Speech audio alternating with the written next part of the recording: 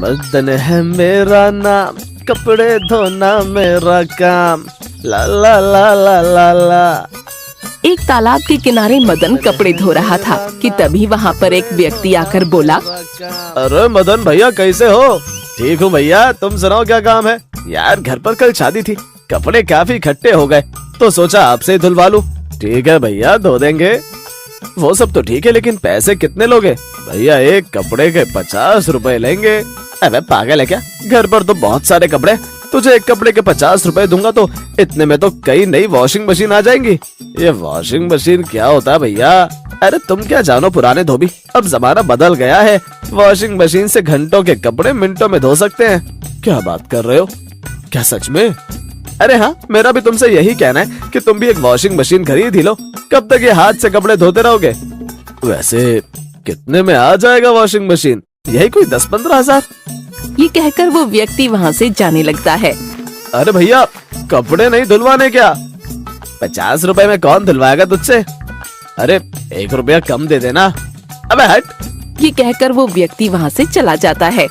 अगर मैं washing machine खरीद लूं तो मैं उससे ज्यादा पैसे कमा सकता हूँ। इसके बारे में मुझे विनीता से बात करनी पड़ेगी। फिर मदन वापस कपड़े धोने लगता है। शाम को जब वो घर जाता है तब वो अपनी पत्नी से बोलता है,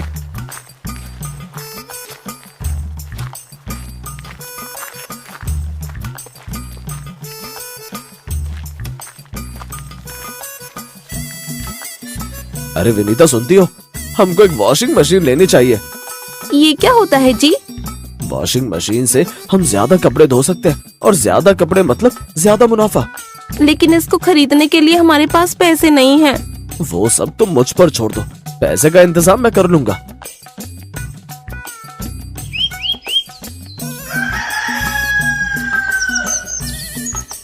अगले दिन जब मदन कपड़े धोने के लिए तालाब पर जाता है,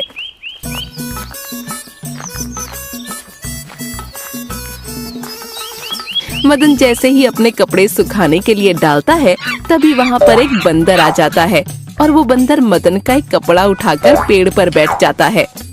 अबे बंदर, मेरे कपड़े वापस कर। आजा आजा और ऊपर आकर ले ले। अरे ये बंदर तो बोलता भी है। ओए बंदर, मेरे कपड़े वापस कर, नहीं तो मैं तेरी चटनी बना दूंगा। अगर कपड़े चाहिए तो मुझे केले लाकर दो। अब तेरे लिए केले कहाँ से लाऊं मेरे बाप? मुझे वो कपड़ा दे दे, नहीं तो मेरा मालिक मेरा कीमा बना देगा। कुछ देर परेशान करने के बाद बंदर उसको वो कपड़ा वापस दे देता है। क्या तुम कपड़े धोते हो? नहीं, मैं बीच बाजार में भिंडी बेचता हूँ। लेकिन तुम तो अभी कपड़े धो रहे हो। तुमको ये सब पता है तो ये सब क्यों पूछ रहे हो? क्या हुआ दोस्त, तुम बड़े चिंतित दिखाई दे रहे हो। मुझे एक वॉशिंग मशीन चाहिए, लेकिन उसको खरीदने के लिए मेरे पास पैसे नहीं है। बस इतनी सी बात, मैं तुम्हें वॉशिंग मशीन लाकर दे सकता हूँ। तुम कहाँ से लाओगे वॉशिंग मशीन नादान बंदर? तुम चलो तो मेरे साथ, फिर देखना कमाल। फिर बंदर मदन को एक वृक्ष के पास ले जाता है।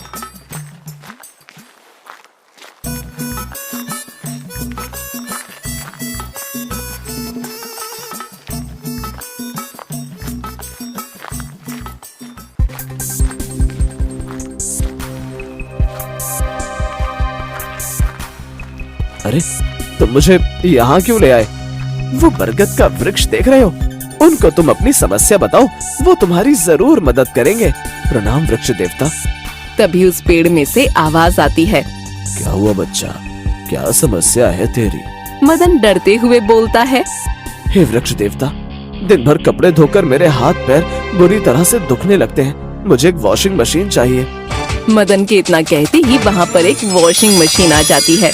ये जादुई वॉशिंग मशीन है, इसको बिजली और पानी की जरूरत नहीं होती। लेकिन एक बात याद रखना, इससे कभी भी ज्यादा लालच मत करना, नहीं तो तुम्हारे साथ उल्टा भी हो सकता है। ठीक है वृक्ष देवता, मैं कभी भी लालच नहीं करूंगा। इतना कहकर मदन उस वॉशिंग मशीन को घर ले आता है। अरे विनीता, कहाँ हो? जल्दी बाहर आओ। अरे देखो तो सही, मैं क्या लेकर आया हूँ। जी आ रही हूँ, इतना काहे चिल्ला रहे हो? विनीता घर के बाहर आती है और मदन से कहती है, ए जी, आप ये वॉशिंग मशीन कहाँ से ले आए? और ये बंदर क्या इसके साथ फ्री आया है? अरे नहीं नहीं। फिर मदन ने विनीता को सारी बात बताई। जी घर में कोई भी नया सामान आता है तो उसकी आरती की जाती है। आप यहीं रुकिए, मैं आरती की थाली लेकर आती हूँ।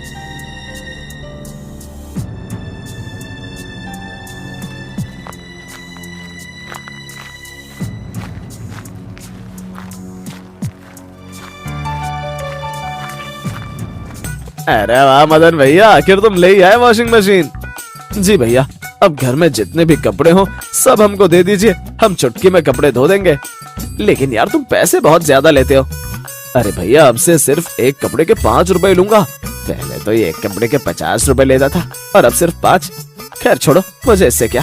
ठीक है मदन भैया, आप कल से कपड़े ले जाना। जी भैया जी।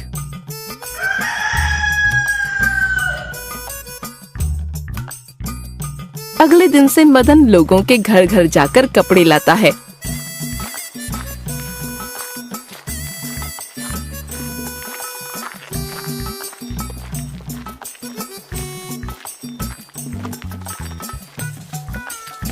और उन्हें वॉशिंग मशीन में डालकर एकदम नया बना देता है। मालिक, अब आप कपड़े ले आना और मैं इस वॉशिंग मशीन से धोया करूंगा। ठीक है मेरे प्यारे बंदर। फिर मदन सभी के घर जाकर कपड़े लाता और वो बंदर उन कपड़ों को धोकर सुखाया करता। सब कुछ सही चल रहा था, लेकिन धीरे धीरे मदन के अंदर फिर से लालच आने लगा।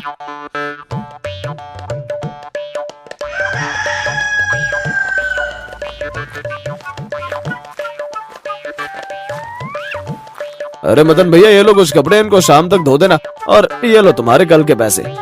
भैया जी, आज से एक कपड़े के 20 रुपए लूंगा। क्यों? रोज तो तुम एक कपड़े के 5 रुपए लेते थे और आज 20 रुपए। भाई मैं तो एक कपड़े के 5 रुपए ही दूंगा। आपको धुलवाना है तो 20 रुपए लगेंगे, नहीं तो यहाँ से चलते बनो। अरे मुझे नहीं धुलवाने तुमसे कपड़े, लालची आदमी। अबे जा, तेरे जैसे 36 आते मेरे पास। फिर वो आदमी गुस्से में वहाँ से चला जाता है। आया बड़ा कपड़े धुलवाने। ए जी, आज से आपने दाम क्यों बढ़ा दिए? विनीता, तुमको तो पता ही है कि महंगाई कितनी बढ़ गई है। अगर मैं ऐसे ही 5 रुपए में कपड़े धोता रहा तो हमारा घर कैसे चलेगा। ए जी, ज्यादा लालच ठीक नहीं है और वो वृक्ष देवता की सारी बातें आप भूल गए। हाँ मालिक, मालकिन सही कह रही है। चुप कर बंदर, नहीं तो तुझे भी यहाँ से भगा दूंगा। ये सुनकर बंदर को बहुत गुस्सा आता है। मुझे भी नहीं रहना तो जैसे लालची आदमी के पास, मैं जा रहा हूँ। ये कहकर वो बंदर वहाँ से चला जाता है।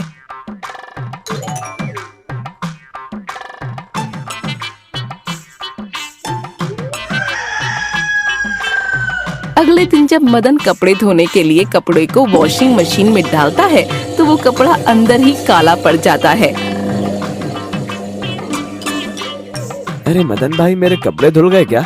कपड़े धोए तो थे भैया, लेकिन ये कपड़ा काला पड़ गया।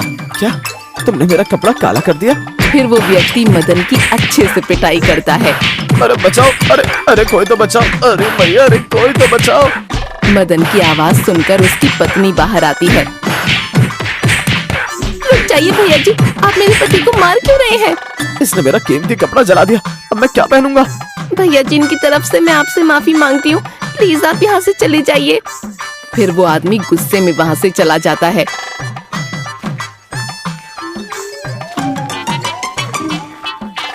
मैंने आपसे पहले ही कहा था लालच मत करिए, लेकिन आपने मेरी एक ना मानी।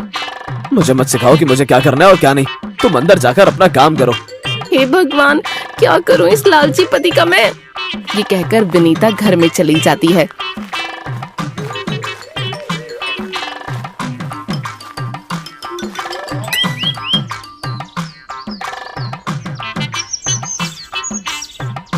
कुछ देर बाद जमींदार और उसके कुछ आदमी वहाँ पर आ जाते हैं।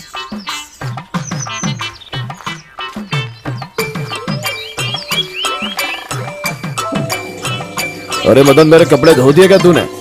जी जमींदार जी, बस मशीन में सूख ही रहे हैं। जल्दी दे दे भाई, मुझे कल शादी में जाना है। मदन जैसे ही वॉशिंग मशीन में से कपड़ा निकालता है वो देखता है कि कपड़ा तो बुरी तरह से फट गया है। अरे क्या हुआ मदन, इतनी देर क्यों लग रही है?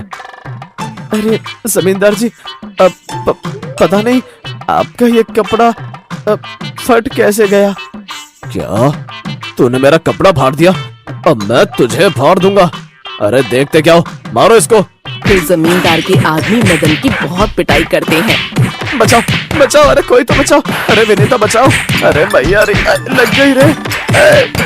दर्द से विनीता को आवाज लगाता है, लेकिन विनीता बाहर नहीं आती। पिटने दो इस आदमी को, तभी इसकी अकल ठिकाने आएगी। फिर जमींदार और उसके आदमी मदन की पिटाई करके चले जाते हैं।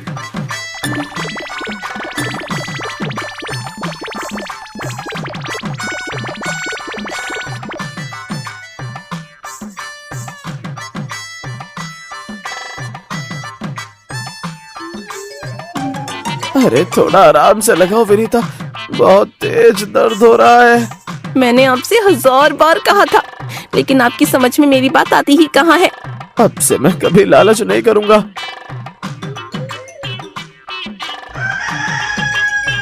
मदन के ठीक होते ही कुछ दिन बाद एक गांव का आदमी ब्रिजेश मदन के पास कपड़े लेकर आता है। अरे मदन भाई, मेरे कपड़े धो दोगे? जी भैया जी, धो दूंगा। कितने रुपए लोगे? भैया जी बस 5 रुपए। ठीक है, ये मेरे कुछ कपड़े हैं, धो देना, शाम तक मैं ले जाऊंगा।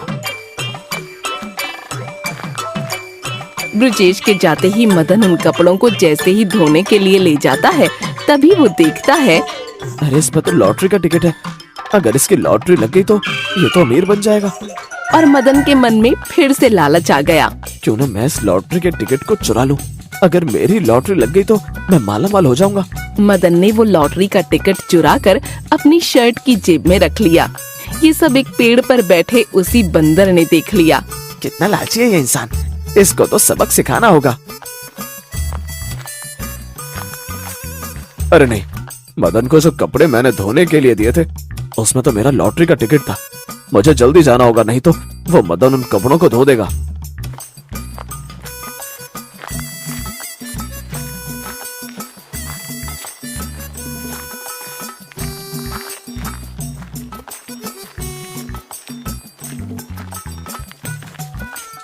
अरे मदन भैया, तुमने मेरी शर्ट में लॉटरी का टिकट देखा क्या?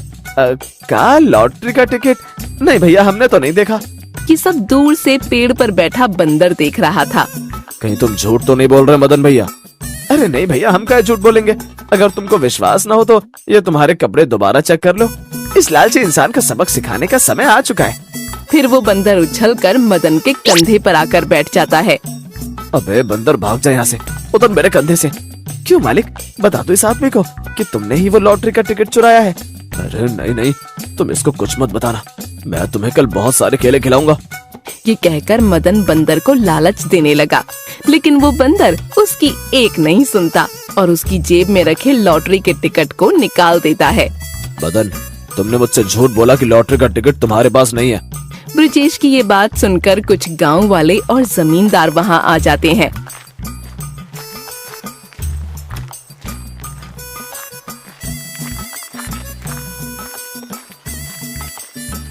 अरे क्या हुआ ब्रजेश, तुम इतना गुस्सा काहे कर रहे हो भाई? आखिर क्या कर दिया इस मदन ने? अब जमींदार जी, इसने मेरा लॉटरी का टिकट चुरा लिया और जब मैंने इससे पूछा तो बोल रहा कि मेरे पास नहीं है। भाई मदन, लालच तुम्हारा तो बढ़ते ही जा रहा है, अब तो तुमको सजा मिलनी ही चाहिए। क्यों गाँव वालों? हाँ हाँ, इसको तो सजा मिलनी ही चाहिए। ये सब इस वॉशिंग मशीन का किया धरा है, इसको तो आज मैं छोड़ूंगा नहीं।